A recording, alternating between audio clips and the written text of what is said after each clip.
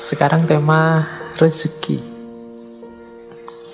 Ini salah satu hal yang sering membuat kita galau. Sebagaimana Tuhanmu telah mencukupkan rezekimu di hari kemarin, maka jangan khawatirkan rezekimu untuk esok hari. Ini kan sering membuat kita gelisah, apalagi teman-teman mahasiswa. Besok mau jadi apa? Besok mau kerja apa? Besok bisa makan apa tidak? Bisa bayar kuliah atau tidak? Dan seterusnya.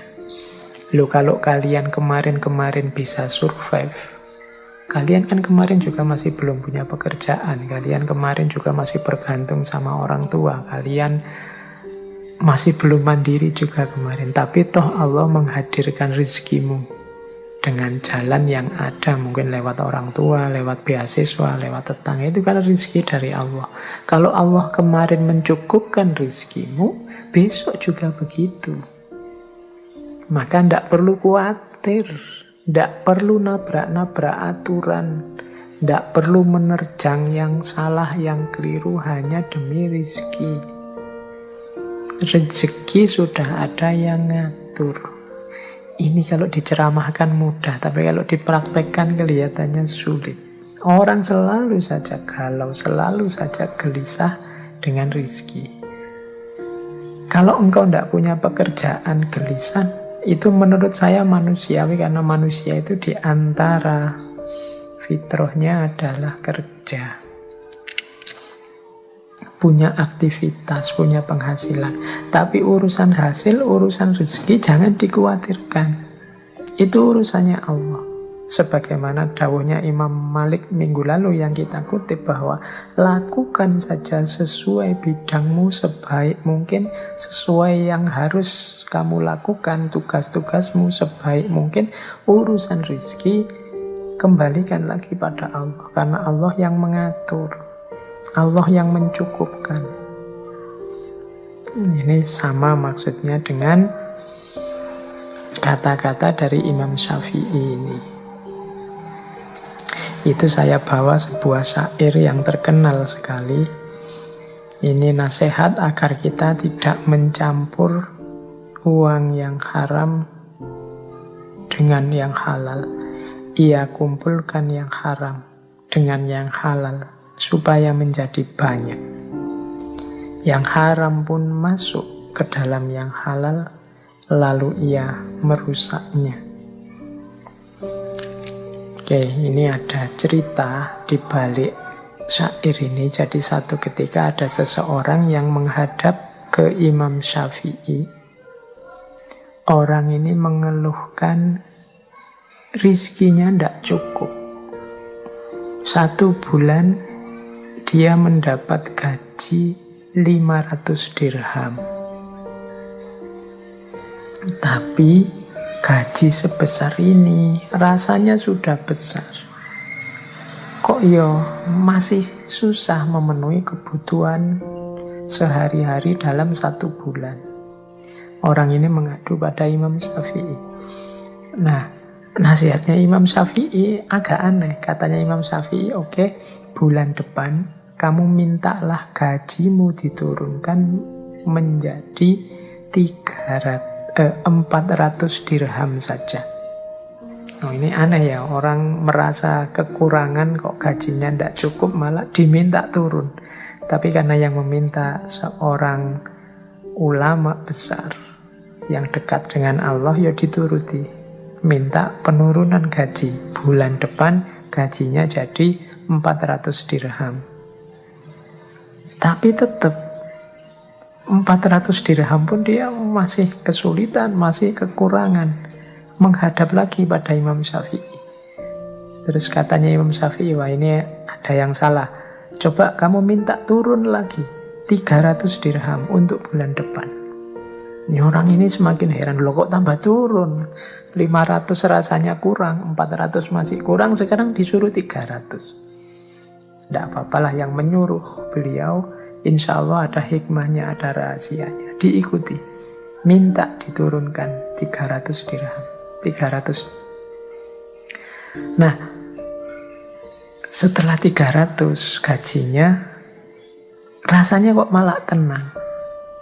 Rasanya ndak banyak lagi kebutuhan macam-macam, rasanya kok cukup dibuat apa saja dalam 1 bulan. Alhamdulillah.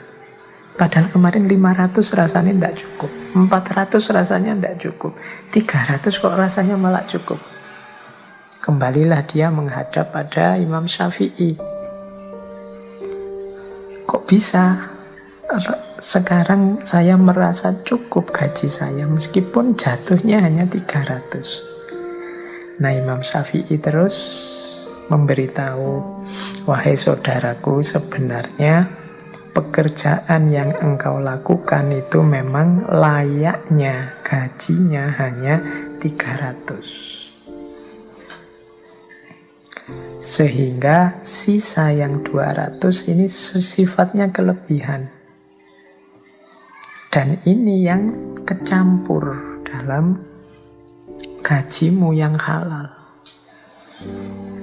Sehingga membuatnya tidak barokah kalau dalam bahasa Islamnya.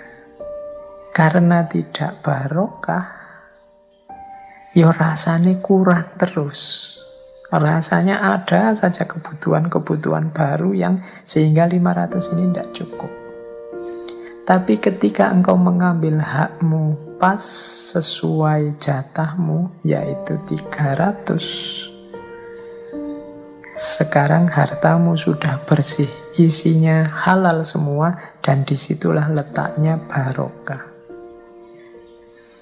Nah, ini urusan rezeki, berarti kita harus hati-hati. Yang halal dan yang haram ketika dia ngumpul, yang haram akan merusak yang halal. Ketika yang halal dirusak dengan hadirnya yang haram, harta kita jadi tidak barokah. Dan tidak ada hubungannya dengan jumlah, dengan kuantitas. Karena harta itu kan kuncinya pada rasa cukup yang ada dalam diri kita. Oke, jadi ya ini untuk bahan renungan kita semua. Semoga teman-teman yang mendengarkan ini hati-hati dalam pengelolaan rezeki. Jangan sampai harta yang kita pegang tidak barokah atau kecampur-campur sehingga tidak barokah. Baik, teman-teman. Masih ada beberapa quotes, beberapa nasihat berharga dari Imam Syafi'i. Beliau ini sebenarnya sangat banyak kitabnya, sangat banyak nasihat wasiat yang berharga.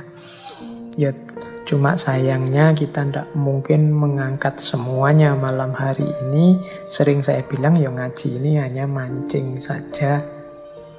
Semoga teman-teman tertarik untuk memperdalam lebih jauh.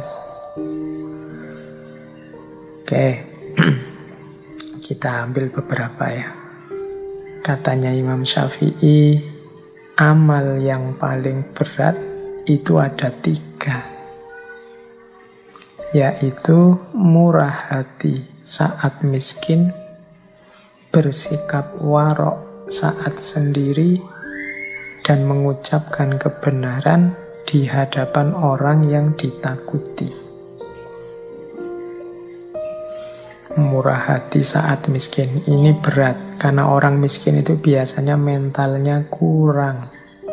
Mentalnya masih butuh, masih ingin. Nah, ini mentalnya mental menerima, bukan mental memberi. Maka kalau ada orang miskin yang bermental memberi, ini luar biasa.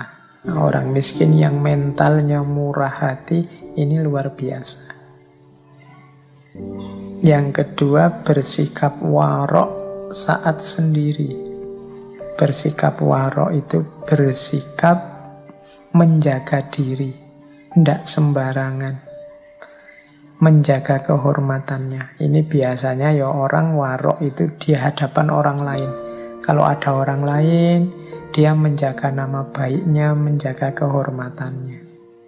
Kalau ada orang, meskipun dia sendirian, dia tidak akan melakukan sesuatu yang menjatuhkan harga dirinya, menjatuhkan kehormatannya. Ini orang yang luar biasa. Karena termasuk amal yang berat. Kita itu cenderung, kalau tidak ada siapa-siapa, ya suka-suka kita. Tapi kalau masih ada orang yang mau menjaga diri saat sendiri, ini orang hebat. Dan yang terakhir, mengucapkan kebenaran di hadapan orang yang ditakuti. Nah, ini juga berat.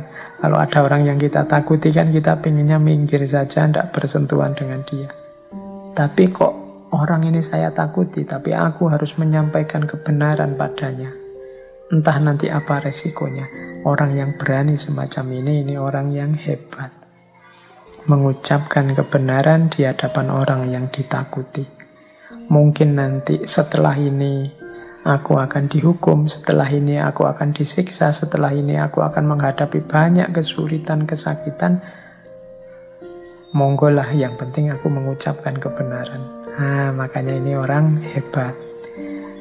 Jadi mengucapkan kebenaran di hadapan orang yang ditakuti.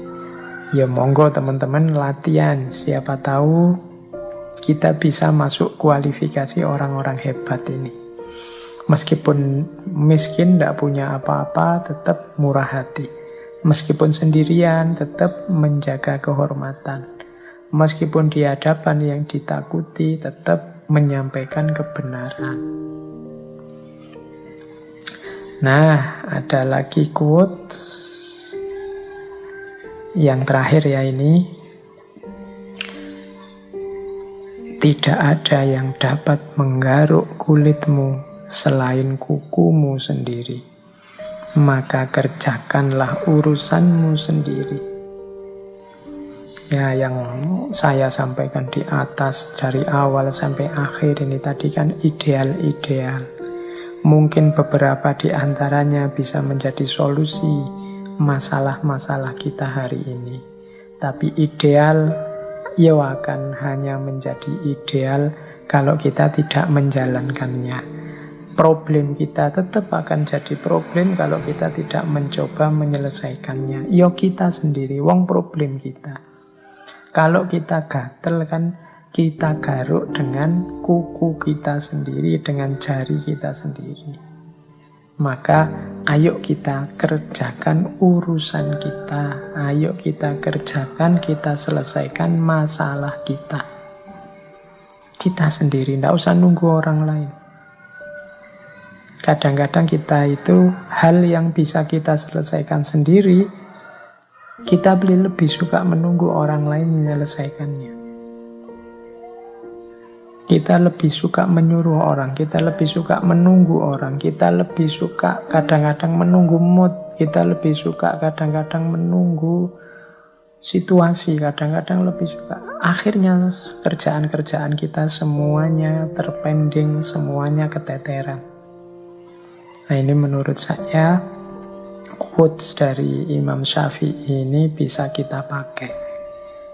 Tidak ada yang dapat menggaruk kulit kita selain kuku kita sendiri. Jangan menunggu digarukkan orang lain.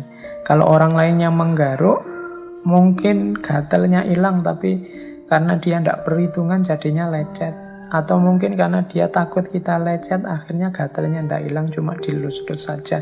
Yo, yang paling ngerti masalah kita itu ya kita sendiri.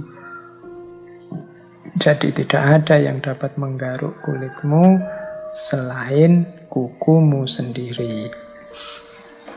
Nah, yang terakhir untuk penutup, ini ada kalimat. Kalimat ini tertulis di cincinnya Imam Syafi'i yang beliau pakai di jari kiri. Kalimatnya bunyinya ini. Kafa billahi fiqotan li Muhammad bin Idris. Artinya, cukuplah Allah sebagai pegangan, cukuplah Allah sebagai sandaran yang dipercaya oleh Muhammad bin Idris. Nah, ini dibawa kemana-mana oleh Imam Syafi'i, mungkin untuk mengingatkan beliau bahwa hidup ini pada akhirnya kunci utamanya adalah keimanan kita, kepercayaan kita kepada Allah. Cukup Allah saja, semua masalah akan selesai. Cukup Allah saja, hidup ini akan beres. Cukup Allah saja, apapun kesulitan, kegalauan dalam hidup kita tidak akan ada artinya. Kafa billahi sikotan li Muhammad bin Idris. Oke, semoga ini juga bisa menginspirasi kita. Orang yang beriman kepada Allah, orang yang kepercayaannya sangat dalam akan Allah, maka dia hidupnya akan dipenuhi dengan cahayanya Allah. Dia hidup dengan penuh harapan, tapi sekaligus tidak sembrono karena dia juga punya khauf, punya rasa takut kepada Allah. Hidup yang tidak sembrono, tapi juga hidup yang tidak putus asa. Hidup yang serius berusaha, tapi juga hidup yang mau untuk tawakal. Hidup yang siap melakukan ikhtiar, tapi juga siap menerima segala ketetapan dari Tuhan. Nah, hidup seperti inilah yang ideal dalam Islam. Hidup yang menjadi kunci kebahagiaan duniawi maupun ukhrawi.